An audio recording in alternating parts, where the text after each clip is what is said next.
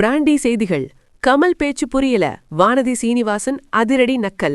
கோவையில் ஆரம்பிச்ச டாக், சிம்பிளா சொன்னா ஃபாஸ்டா சொன்னா.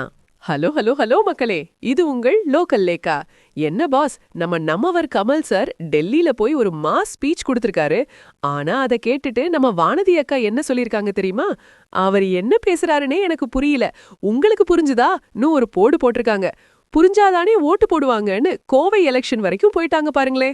இதோ அந்த 7 ஜொலிக்கும் தகவல்கள். 1.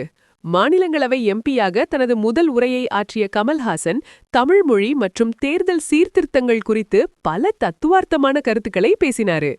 2. இது குறித்து கோவையில் செய்தியாளர்களிடம் பேசிய வானதி சீனிவாசன், கமல்ஹாசன் டெல்லியில என்ன பேசினாரு, எனக்கு ஒண்ணுமே புரியலேன்னு ஓப்பனா கலாய்த்திருக்காங்க. 3.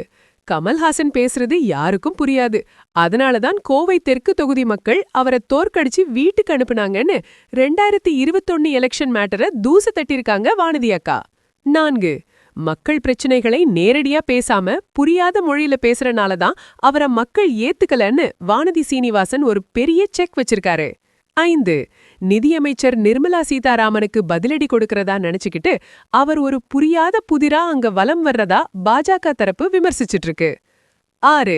எந்த முதலாளிகளுக்காக அவர் டெல்லிக்கு அனுப்பப்பட்டாரோ அவங்களுக்காகவாவது உருப்படியா ஏதாவது பண்ணக்கூடாதான்னு செம காட்டமா கேள்வி கேட்டிருக்காங்க வானதி. 7.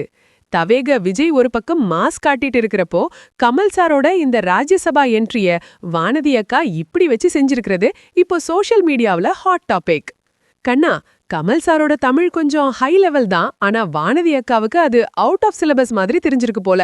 புரிஞ்சுக்க முடியலன்னா அது பேசினவரோட தப்பா இல்ல கேட்டவரோட தப்பான்னு ஒரு விவாதமே ஓடிட்டு இருக்கு.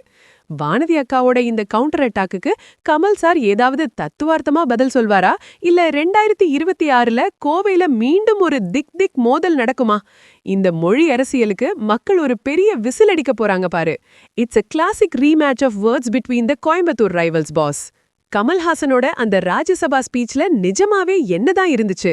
வானதி அக்காவோட இந்த நக்கலுக்கு மானியமா தொண்டர்கள் என்ன பதில் சொல்ல போறாங்க? எல்லா எக்ஸ்க்ளூசிவ் பொலிட்டிக்கல் அப்டேட்ஸுக்கும் ஸ்டே டியூன்ட் வித் பிராண்டி செய்திகள். Stay tuned. உண்மைய லவுடா சொல்வோம், குவிக்கா சொல்வோம். திஸ் இஸ் லோக்கல் லேக்கா சைனிங் ஆஃப். கீப் வாட்சிங். Bye bye. ஒரு விசில் போடுங்க பாஸ்.